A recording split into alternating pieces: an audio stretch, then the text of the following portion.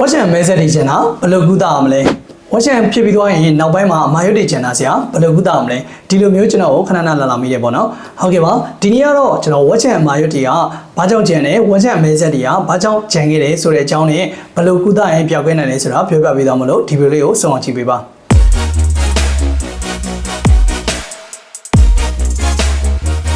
Dr. Nay Wellness Clinic ဝက်ချန်ဖြစ်ပြီးတဲ့နောက်ပိုင်းမှာအမဲဆက်တွေကျန်ခဲ့ခြင်းကိုကျွန်တော်တို့က post inflammatory hyperpigmentation လို့ခေါ်တယ် PIH လို့ခေါ်တယ်ပေါ့နော်ဒါတွေကဘာကြောင့်ဖြစ်တယ်ဆိုတော့အဓိကတော့ inflammation လို့ခေါ်တဲ့ရောင်ရမ်းခြင်းကြောင့်ပေါ့နော်အဲ့တော့ဝက်ချန်ဖြစ်လာရင်ကျွန်တော်တို့ bacteria ပိုးဝင်တဲ့အတွက်ကြောင့်မလို့ရောင်ရမ်းခြင်းဖြစ်တယ်နောက်တစ်ခုကကျတော့ကျွန်တော်တို့ဝက်ချန်တွေပေါက်လို့ရှိရင်တော်တော်များများကဝက်ချန်တာကိုညှစ်တယ်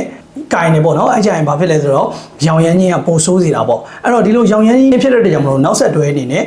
melanin လို့ခေါ်တဲ့အရေပြားကာလာရောင်ချယ်ဆဲတွေကအဲ့နေရာမှာပို့ပြီးတော့စုပြုံလာတယ်။နောက်တစ်ချက်ကကျွန်တော်နေအောင်နဲ့ထိတွေ့မှုများလို့ရှိရင်လည်းဒီလိုဝက်ချန်မဲဆက်တွေကပို့ပြီးတော့ကျန်နိုင်ပါတယ်။ဒါဘာကြောင့်လဲဆိုတော့ကျွန်တော်ဒီမျက်နှာမှာရှိတဲ့ melanin လို့ခေါ်တဲ့ဒီရောင်ချယ်ဆဲကပုံမှန်နဲ့ပို့ပြီးတော့ဒီနေရာမှာလာပြီးတော့စုပြုံတဲ့အတွက်ကြောင့်ဖြစ်တာ။ဒါကြောင့်ကျွန်တော်တို့ကုမယ်ဆိုလို့ရှိရင်ဒီ melanin တဲ့အနည်းစီတဲ့ကုသမှုမျိုးပေးမှာပေါ့နော်။အဲ့တော့အဓိကအရေးကြီးဆုံးကတော့ကျွန်တော်တို့ sun cream ပါ။နေအောင်ကာပေးဖို့ကတော့အရေးကြီးဆုံးပါပဲ။ကျွန်တော်တို့မနက်မိုးလင်းတာနဲ့ sun cream လိမ့်မယ်။ပြီးရင်ကျွန်တော်တို့ဒီအပြင်သွားမယ်ဆိုရင်2နာရီကြာ3နာရီကြာတစ်ခါပြန်ပြီးတော့ sun cream ကိုလိမ့်ပေးသင့်တယ်။ဘာကြောင့်လဲဆိုတော့ဒီဝက်ချန်ကနေအောင်ကြီးနဲ့ထိတွေ့ရဆိုလို့ရှိရင်ပို့ပြီးတော့အယောင်ရှင်းပြီးတော့ပို့ပြီးတော့အမဲဆက်ကျန်နိုင်လို့ပါ။ဒုတိယတစ်ခုကတော့ကျွန်တော်တို့လိမ့်စေးတွေပေါ့နော်။လိမ့်စေးတွေထဲမှာကျွန်တော်တို့ဒီ acylic acid လိမ့်လို့ရတယ်။ acylic acid ကကျွန်တော်တို့ melanin ဖြစ်စေတဲ့ enzyme ကိုကျွန်တော်တို့တားပစ်တယ်ပေါ့နော်ဒါကြောင့်မလို့ဒီ acylic acid ကို 10% အနေစတင်ပြီးရွေးချယ်ပြီးသုံးနိုင်ပါတယ် acylic acid ကကျွန်တော်လိမ့်မယ်ဆိုလို့ရှိရင်တော့ပြင်ဆန်းပြီးတော့လိမ့်တယ်ဘာကြောင့်လဲဆိုတော့သူကလီတာရဲတာဆက်တာဖြစ်တတ်တယ်ပေါ့နော်